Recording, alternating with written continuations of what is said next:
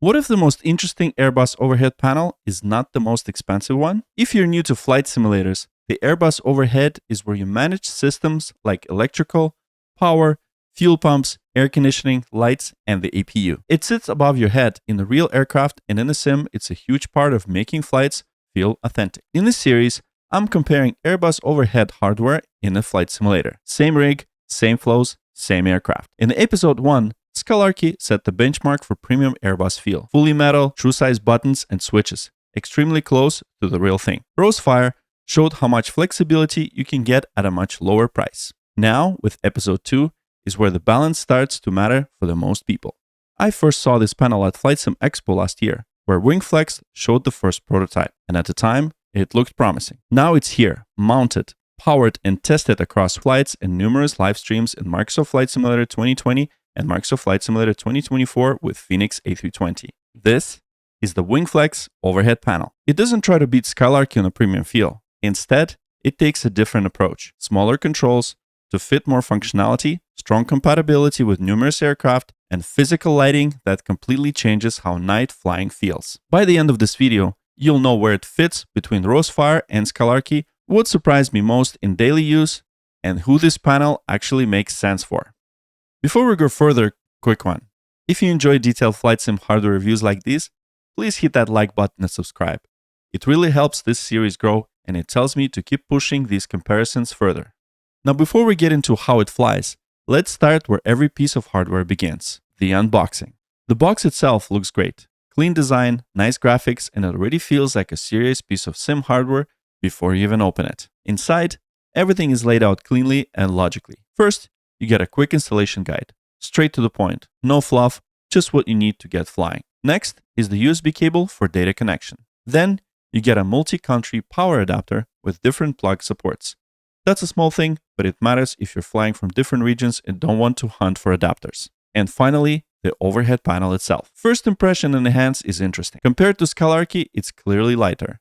The construction feels more plasticky, especially at first touch. That initial impression might raise an eyebrow, but once it's mounted and powered on, what matters most is how it behaves in real flows. So where does it sit? Compared to Skalarki, this panel is wider and longer. It takes up more horizontal space, but that space is used intentionally.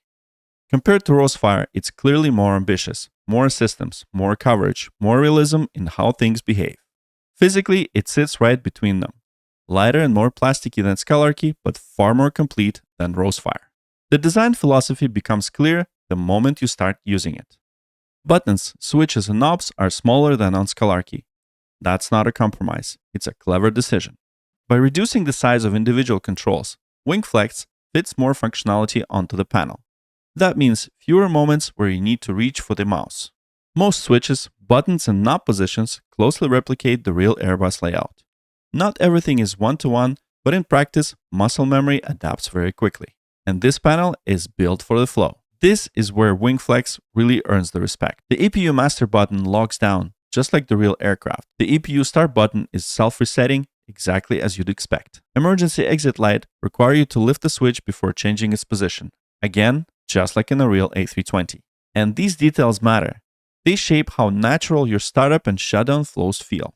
Fire tests work properly and feel close to the real sequence during cockpit preparation. And I've tested this panel extensively on Microsoft Flight Simulator 2020 and 2024 using Phoenix A320, including numerous live streams. In day-to-day flying, logic holds up. Now to the feature you notice the moment the lights go down, the lighting. The dome light is not just simulated. It physically turns on and lights up your room. Flip that switch during a night flight and the cockpit atmosphere changes instantly. And here's the kicker. It doesn't stop there. Nav lights, strobes, and a beacon physically illuminate behind the panel. During evening sessions, the overhead becomes part of the experience, not just the control surface. This is the kind of detail you normally see in a full cockpit build. Here, it's built directly into a home simmer panel. Software plays a big role in how usable a panel feels in day-to-day flying. WINGFLEX uses the WINGFLEX Bridge software, and the goal is plug and play. Open the software, select your aircraft, and the panel syncs automatically. No manual mapping, no external configuration tools. Both software and firmware can be upgraded online, keeping the panel current over time. I've included the list of compatible aircraft along additional details in the video description. Make sure to check it out. Power and connectivity are very simple. The panel connects via USB and uses a 5-volt power supply. Once mounted, cable management is clean and stays out of the way. Mounting follows the same approach I covered in episode 1. I'm using the same mounting system on my rig. I slide the panel in and lock it in place. There's also a bracket at the back, so it can sit directly on a desk if needed. And if you want more flexibility, there's an optional VESA stand. It allows side or overhead mounting, is easily adjustable, and mounts securely with no drilling required. So how does it stack up? Skalarki remains the premium realism benchmark. Heavier, metal construction, larger controls, and the closest feel to training hardware. Rosefire remains the value and flexibility option. Compact, affordable, and ideal when you need a custom mapping. And WINGFLEX lands right in the middle. It's lighter and more plasticky than Skalarki, but far more complete than Rosefire. Controls are smaller to fit more functionality. Switch logic is excellent. Lighting is the most immersive so far. Aircraft compatibility is very strong. At this price range, it makes a lot of sense. So here's the takeaway. WINGFLEX doesn't try to replace Skalarki as the realism extreme.